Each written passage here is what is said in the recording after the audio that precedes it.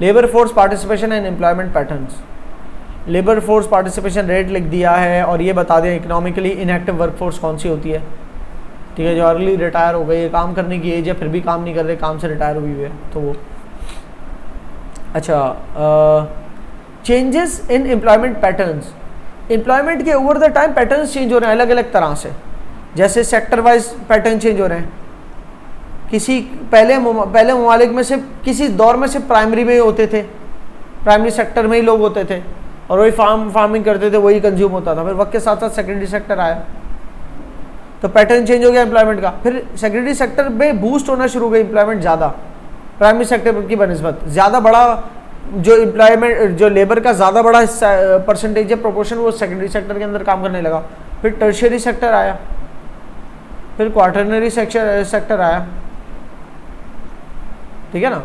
तो ये patterns change होने, पहले यहाँ पर ज़्यादा एम्प्लॉयज़ होते थे, फिर वक्त के साथ साथ ये सेक्टर ऐड हुआ, फिर इस सेक्टर की बूस्ट हुआ, फिर ये सेक्टर ऐड हुआ तो ये सेक्टर बूस्ट हुआ, अब ये सेक्टर ऐड हुआ तो ये बूस्ट हो रहा है। और जो सेक्टर्स अगले वाले बूस्ट हो रहे होते हैं वहाँ पर ज़्यादा एम्प्लॉयमेंट लेवल्स क्यों सीख कर रहे होते हैं लोग, वो इसलिए सीख कर रहे होते हैं कि वहाँ पर रिटर्न ज़्यादा टाइम का। प्राइमरी सेक्टर में अगर एक फार्मर जो है वो आज के दौर का अनस्किल्ड लेबर कहलाएगा, किसी दौर में फार्मर जो है स्किल्ड लेबर कहला सकता होता, आज के दौर में जो ट्रेडिशनली फार्मर्स है ना वो अनस्किल्ड मजदूर वाला काम कहलाएगा। हाँ, कोई बहुत ही जेनेटिक फार्मिंग जानता हुआ इंसान हो जो स्टडी करके आओ, साइंस पूरी पढ़ के आओ, उसकी इन्फॉर्मेशन उसको पूरी हो, तो फिर वो तो एक अलग ही लेवल क्वार्टरनरी सेक्टर का फार्मर हो जाएगा वो तो, ठीक है, बाहर। लेकिन जनरली फार्मर्स जो है किसी ज़माने के स्किल्ड होंगे, आज के अनस्किल्ड होंगे, तो उसका वेज रेट भी इतना नहीं होता। जबकि क्वार्टरनरी सेक्टर के अंदर एक एक आवर के बदले रिटर्न बहुत ज़्यादा है, और हम जो ये इतनी सारी पढ़ाई कर रहे हो कहीं ना कहीं वही टारगेट है सेक्टर, ठीक है। तो over the time sector wise employment के पैटर्न्स चेंज हो रहे हैं, over the time male female ratio change हो रहा है वक्त के साथ साथ। पहले फीमेल्स बहुत ही मिनिमल परसेंटेज होती थी एम्प्लॉयमेंट में, अब वक्त के साथ साथ उनकी परसेंटेज बढ़ रही है। ये नहीं है कि तादाद में मेल कम हो रहे हैं एम्प्लॉयमेंट में, नहीं, वो आपका जो टोटल एम्प्लॉयड जो परसेंटेजेस थे ना वो अब ऐसे ही थे। मिसाल के तौर पे कि पहले अगर 100 लोग की एम्प्लॉयमेंट थी, बेस 100 थी, या 1000 लोग टोटल एम्प्लॉयड थे, बेस 1000 थी, जिसमें से मिसाल के तौर पे 900 मेल थे और 100 फीमेल्स थी। अब क्या हो गया है, समझो 900 ही मेल है और तकरीबन 900 ही फीमेल्स हो गई, बेस चेंज हो गया 1800, तो पैटर्न चेंज हो गया। पहले था 90% इज टू 10% का रेशो, अब लगभग 50-50 का रेशो।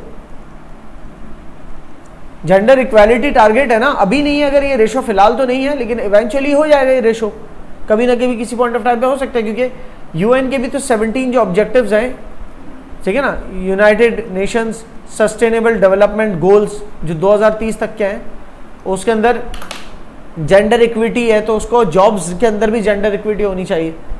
तो इसी वजह से जो बड़ी बड़ी कंपनीज है दुनिया भर की, मोर एंड मोर जो है वो विमेन को हायर मतलब कर रही है, एम्प्लॉयमेंट दे रहे हैं। तो बहरहाल मेल फीमेल का रेशो भी बदल रहा है वक्त के साथ साथ। टर्शियरी सेक्टर ग्रो हो रहा है, तो टर्शियरी सेक्टर के अंदर प्राइमरी सेकेंडरी से ज़्यादा डिमांड है, या क्वार्टरनरी सेक्टर में डिमांड है। वक्त के साथ साथ पैटर्न्स क्यों चेंज हो रहे हैं, एजुकेशन लेवल्स चेंज हो रहे हैं। पहले हो सकता है कि 15 साल की उम्र में ही एम्प्लॉयमेंट के अंदर आ जाता हो बंदा, आज के दौर में 24 साल तक भी पहुंच जाता है, तब जाके कहीं आ रहा होता है कि पूरी अपनी डिग्री कंप्लीट कर लूँ।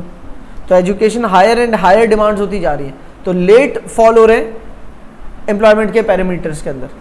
वर्किंग एज हो जाते हैं लेकिन उसके बावजूद वर्क करने नहीं रहे होते, क्योंकि वो क्या किसी ना किसी अपने उसमें मतलब एजुकेशन वगैरह में मशगूल होता है।